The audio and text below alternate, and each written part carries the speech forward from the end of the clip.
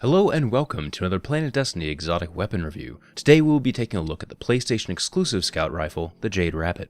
If you don't know the backstory behind this rifle, the short story is that the exotic weapon Fate of All Fools we saw from vanilla ended up turning into this weapon. Much to everyone's dismay, it became the PlayStation exclusive weapon you see here now. It's a shame because Xbox once again has to wait another year for one of the better exotics to come to their system. In terms of stats, the Jade Rabbit is one of these slow rate of fire, high impact scouts. Its notable features stat-wise are its highest among all scout range stat, highest impact class, and exceptional reload and aim assist stats. You might be noting its low stability, but that really doesn't come into play much provided you take advantage of Zen Moment. So let's get into the perks. The Intrinsic perk is called Fate of All Fools and causes chain body shots to gain bonus damage on your next precision shot and return ammo to the magazine. Okay, so this perk actually has a lot going for it. Once you hit one body shot, it starts the precision damage multiplier of 9% per body shot. It can stack up to 4 times, but after that you won't get any more damage from chaining body shots. Hitting a headshot after hitting a body shot will restore the ammo to your magazine for free and reset the damage buff. There's also no time limit in between shots. You can land a body shot and then wait for however long you want to and get that increased headshot damage on your next shot, provided you actually hit your target. You can even switch weapons in between shots. Get a few body shots, switch to a shotgun because you're getting pushed, and then you can switch back to Jade Rabbit and still have the possibility of an increased damage shot.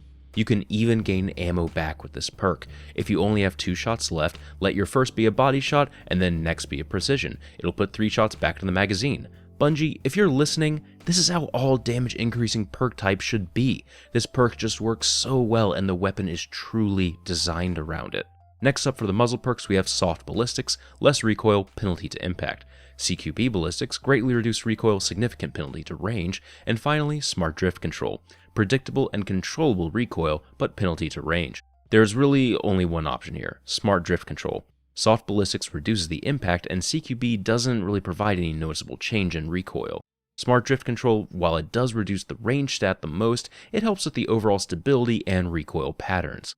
The first perk is Spray and Play. You may be noticing the unbelievably low magazine size of 7. This perk is there to combat that.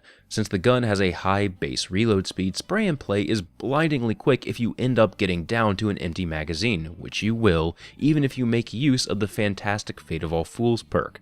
The stat mod perks are Extended Magazine, which grants a larger magazine, Speed Reload, which increases the reload speed, and Custom Optics, which increases the zoom.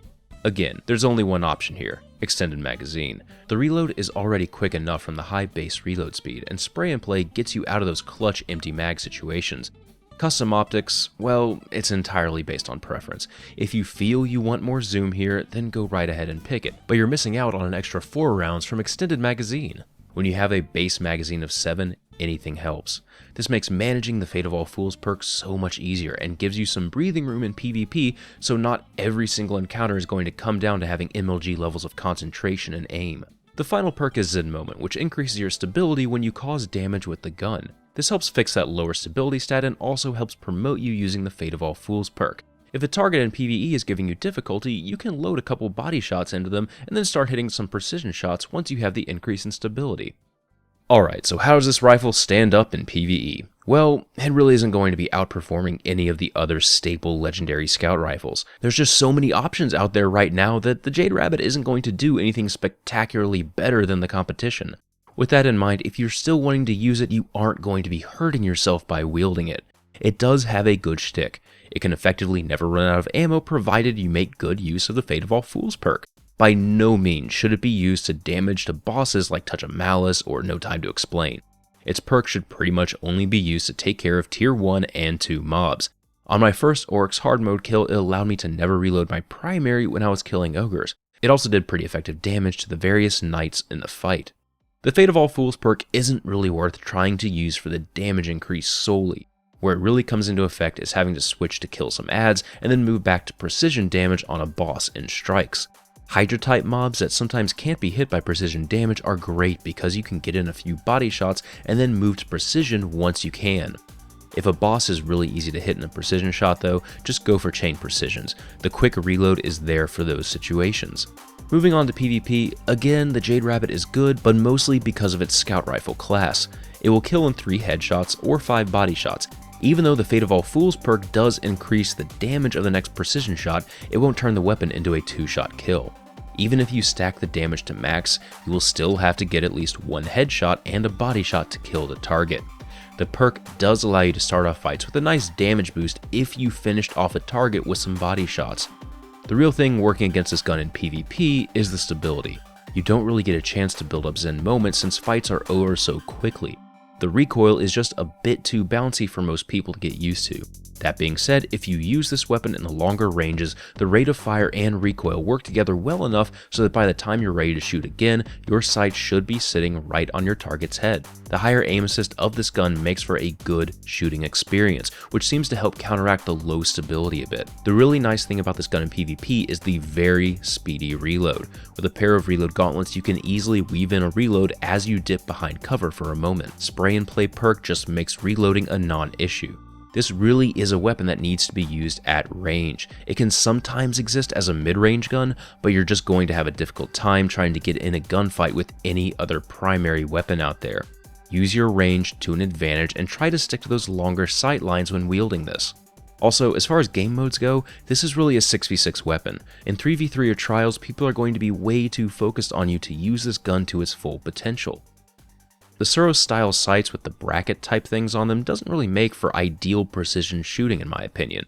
The sound is pretty much the only thing I'm in love with. There's just something satisfying about the suppressed type sound with each shot. 8 minutes remaining.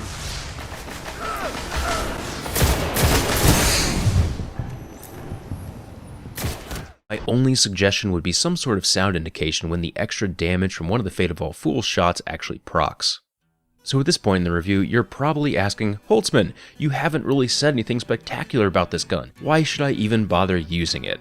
Well, I remained as objective as possible for this review, but it's time for my closing words, and damn it, I'm gonna get subjective as hell. This is one of those exotics that simply comes down to the user experience. The satisfying sound of firing it paired with the occasional bonus damage from Fate of All Fools just feels good to me. The fact that the Fate of All Fools perk also just works so damn well and isn't like a lot of the other perks that go away if you swap weapons, it's just refreshing to me.